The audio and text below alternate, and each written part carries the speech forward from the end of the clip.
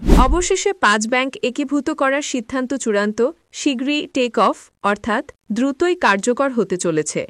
এ সংক্রান্ত বিভিন্ন জনপ্রিয় পত্রিকাগুলো বিভিন্ন রকম প্রতিবেদন প্রকাশ করেন, আপনার স্ক্রিনে যেটা দেখতে পাচ্ছেন। কিন্তু কেন? এর পেছনে কি রহস্য লুকিয়ে আছে? হাজার হাজার কোটি টাকার খেলাপি ঋণের পাহাড়, নাকি আরও গভীর কোনো সংকট? আপনার আমানতকে সুরক্ষিত থাকবে? আপনার ব্যাংকের ভবিষ্যৎ কি? এই একীভূতকরণ কি ব্যাংকিং খাতের জন্য আশীর্বাদ, নাকি এক নতুন চ্যালেঞ্জের সূচনা? এই ভিডিওটি শেষ পর্যন্ত দেখুন, কারণ এর প্রতিটি তথ্য আপনার জন্য গুরুত্বপূর্ণ। প্রিয় ভিউয়ার্স, আসসালামু আলাইকুম। আজকের নতুন ভিডিওতে আপনাকে স্বাগত জানাচ্ছি। আপনি যদি আমার চ্যানেলে নতুন হয়ে থাকেন, তাহলে এরকম নতুন নতুন ভিডিওর আপডেট পেতে চ্যানেলটি সাবস্ক্রাইব করে রাখুন। ভালো লাগলে লাইক কমেন্ট করুন, আর সম্পূর্ণ ধারণা পেতে পুরো ভিডিওটি না টেনে দেখুন। তাহলে শুরু করা যাক। আজ আমরা বাংলাদেশের ব্যাংকিং খাতের এক ঐতিহাসিক সিদ্ধান্তের গভীরে প্রবেশ করব। কেন্দ্রীয় ব্যাংক সম্প্রতি দেশের ৫টি ক্ষতিগ্রস্ত শরিয়া ভিত্তিক বেসরকারি ব্যাংককে একীভূত করার চূড়ান্ত সিদ্ধান্ত নিয়েছে। এই ৫টি ব্যাংককে নিয়ে গঠন করা হবে একটি নতুন রাষ্ট্রায়ত্ত ব্যাংক, যার সম্ভাব্য নাম ইউনাইটেড ইসলামী ব্যাংক। বাংলাদেশ ব্যাংকের প্রধান কার্যালয়ে অনুষ্ঠিত এক বিশেষ বোর্ড সভা শেষে কেন্দ্রীয় ব্যাংকের মুখপত্র মোহাম্মদ আরিফ হোসেন খান এই চাঞ্চল্যকর তথ্য নিশ্চিত করেছেন। সভায় সভাপতিত্ব করেন গভর্নর আহসান এইচ মনসুর। এটি ব্যাংক রিজলিউশন অধ্যাদেশ অনুযায়ী পরিচালিত হবে এবং পুরো প্রক্রিয়া শেষ হতে ২ বছর সময় লাগলেও কার্যক্রম শুরুর অর্থাৎ টেক অফের প্রস্তুতি প্রায় চূড়ান্ত। কিন্তু কোন ৫টি ব্যাংক এই প্রক্রিয়ার অংশ হচ্ছে?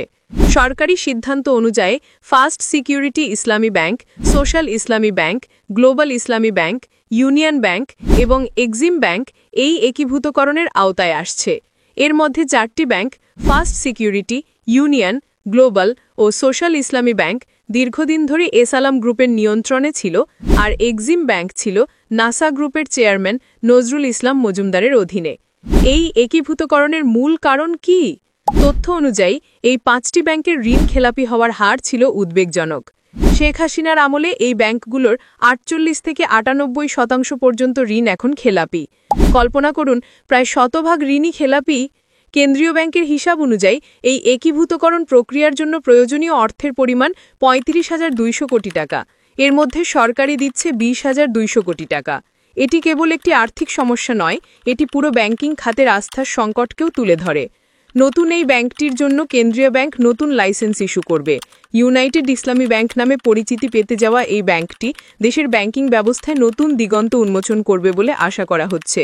কিন্তু এটি কতটা সফল হবে তার সময়ই বলে দেবে। এই প্রক্রিয়ার অংশ হিসেবে একীভূত হতে যাওয়া প্রতিটি ব্যাংকে একজন করে প্রশাসক নিয়োগের সিদ্ধান্ত নেওয়া হয়েছে। প্রতিটি প্রশাসকের সহায়তায় আরও ৪ জন কর্মকর্তা কাজ করবেন। এর প্রধান লক্ষ্য হল আমানতকারীদের অর্থ নিরাপদে ফেরত দেওয়া এবং ব্যাংকিং খাতের প্রতি গ্রাহকদের আস্থা ফিরিয়ে আনা। এই সিদ্ধান্ত কি সত্যি গ্রাহকদের আস্থা ফেরাতে পারবে? আশ্চর্যজনক হলেও সত্যি, এই একীভূতকরণ প্রক্রিয়ার মধ্যেও ব্যাংকগুলোর দৈনন্দিন কার্যক্রম পরিচালনা করবেন বর্তমান ব্যবস্থাপনা টিম। প্রতিটি ব্যাংকের ম্যানেজিং ডিরেক্টর তাদের পদে বহাল থাকবেন। যদিও ব্যাংকগুলোর পর্ষদ বা বোর্ড বাতিল করা হবে না, তবে সময়ের সাথে সাথে তারা ধীরে ধীরে নিষ্ক্রিয় হয়ে যাবে। প্রশাসক টিম নিয়মিত তাদের কার্যক্রমের অগ্রগতি ও আপডেট বাংলাদেশ ব্যাংকের নির্ধারিত টিমকে জানাবে। এই নিবিড় তদারকি প্রক্রিয়া কতটা স্বচ্ছ ও কার্যকর হবে তা নিয়ে প্রশ্ন ওঠা স্বাভাবিক। এই মেগা একীভূতকরণ বাংলাদেশের ব্যাংকিং খাতের জন্য কি বার্তা নিয়ে আসছে? এটি কি আর্থিক শৃঙ্খলা ফিরিয়ে আনবে, নাকি আরও বড় কোনো চ্যালেঞ্জের জন্ম দেবে? হাজার হাজার আমানতকারী এবং বিনিয়োগকারীদের ভবিষ্যৎ কি হবে? নতুন ইউনাইটেড ইসলামী ব্যাংক কি দেশের অর্থনীতিতে ইতিবাচক প্রভাব ফেলবে, নাকি শুধু ঋণ খেলাপিদের দায়ভার বহন করবে? এই একীভূতকরণ প্রক্রিয়া একটি জটিল এবং সংবেদনশীল পদক্ষেপ। এর সাফল্য নির্ভর করবে স্বচ্ছতা, সঠিক ব্যবস্থাপনা এবং কঠোর তদারকির উপর। আমরা আশা করি এই পদক্ষেপ দেশের ব্যাংকিং খাতকে আরও শক্তিশালী এবং স্থিতিশীল করতে সাহায্য করবে। আপনার কি মনে হয়, এই ৫টি ব্যাংকের একীভূতকরণ কি সঠিক সিদ্ধান্ত? আপনার মূল্যবান মতামত কমেন্ট বক্সে জানাতে ভুলবেন না। আমাদের ভিডিওটি ভালো লাগলে লাইক করুন, শেয়ার করুন এবং আমাদের চ্যানেলটি সাবস্ক্রাইব করে পাশে থাকা বেল আইকনটি ক্লিক করুন, যাতে এরকম গুরুত্বপূর্ণ তথ্য সমৃদ্ধ ভিডিও আপনি মিস না করেন।